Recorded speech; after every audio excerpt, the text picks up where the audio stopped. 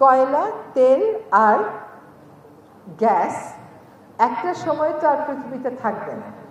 যেমন বাংলাদেশি এখন গ্যাসের মজুদ খুঁজে পাচ্ছে না, নতুন গ্যাসের মজুদ। তখন তাহলে বাংলাদেশ কি করবে? উত্তরটা হচ্ছে যে আমাদের কাছে রিনিউয়েবল বা নবায়নযোগ্য জ্বালানি রয়েছে, এবং নবায়নযোগ্য জ্বালানি অন্যান্য জ্বালানির তুলনায় অনেক কম টাকায় পাওয়া যাচ্ছে। বাংলাদেশের একটা চ্যালেঞ্জের কথা বলা হয়, যেটার প্যানেল স্থাপন করতে অনেক জায়গা লাগে, কিন্তু সেটারও বিকল্প আছে। আপনারা নিশ্চয়ই অনেকেই অ্যাপার্টমেন্টে থাকেন না? হাত তোলেন দেখি, কয়জন অ্যাপার্টমেন্টে থাকেন? একটু বড় করে হাত তুললে কি সমস্যা?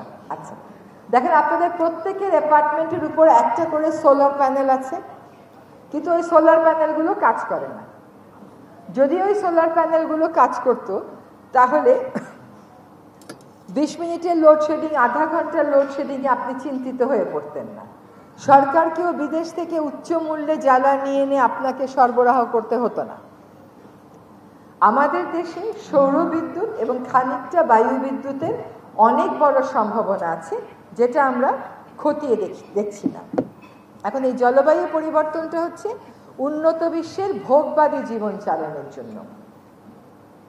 এটা তারা ফরাসি শিল্প বিপ্লবের পর থেকে শুরু করেছে। এই জন্যই পৃথিবীতে green house gas, carbon die oxide এবং আরও 6টা গ্যাসের পরিমাণ বেড়ে গেছে। যে 6টা গ্যাসের বৈশিষ্ট্য হচ্ছে ওরা পৃথিবী থেকে তাপটাকে বেরোতে দেয় না, ট্র্যাপ করে রাখে, ফলে পৃথিবী উত্তপ্ত হচ্ছে। এর জন্য 2050 সাল নাগাদ অনেক প্রাণ পৃথিবী থেকে, শুধু মানুষের প্রাণ না, জীববৈচিত্র্য হারিয়ে যাবে। এখন আমরাও তো সবাই ওদের মতনই হতে চাই। আমরা সবাই আমেরিকানদের মতো হতে চাই, ইউরোপিয়ানদের মতো হতে চাই, কেউ তো ভুটানের মতো হতে চাই না। আমরা আজকে, এখন হয়তো এই কথাটা বলাটা ঠিক না, কিন্তু ধরেন যখন আমি এই রুমে ঢুকেছি বিকেল 4টাও তখন বাজেনি, তখন কিন্তু এই রুমটাতে এতগুলো বাতি এবং এতগুলো এসি চলছে। কিন্তু রুমের ডিজাইনটা যদি আমরা এমন করতাম যে এখানে এতগুলো বাতি বিকেলে দুপুরে চালাতে হতো না, সকালে আমাদের অন করতে হতো না, তাহলে কিন্তু আমরা বিদ্যুৎ সাশ্রয়ী হতে পারতাম। আমরা তা করি নাই। আমরা বাসায় একটা ফ্যান ছেড়ে দিয়ে চলে যাই পাশের ঘরে, লাইট ছেড়ে দিয়ে চলে যাই পাশের ঘরে। কিন্তু এই সম্পদগুলো কিন্তু নিঃশেষিত হয়ে যাওয়ার সম্পদ। আমাদেরকে আমাদের লাইফস্টাইল বা জীবন যেভাবে চালাচ্ছি সেটা বদলাতে হবে। সকলেরই যদি ঢাকায় একটা করে বাসা লাগে, তাহলে বলেন তো ঢাকার কতগুলো মানুষ আছে? সেই মানুষগুলোকে একটা করে, এক টুকরা করে জমি দেওয়ার সামর্থ্য ঢাকার আছে?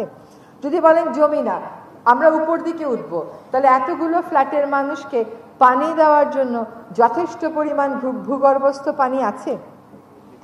আমাদের যাতায়াত ব্যবস্থা যদি আমরা উন্নত করতাম, তাহলে সাভার থেকে, কেরানীগঞ্জ থেকে, নারায়ণগঞ্জ থেকে, গাজীপুর থেকে এসে অফিস করে আমরা চলে যেতে পারতাম। আপনি বিলেতে গেলে দেখবেন লন্ডনে মানুষ, লন্ডনে অনেকেই থাকে না, আশেপাশের শহর থেকে এসে চলে যায়।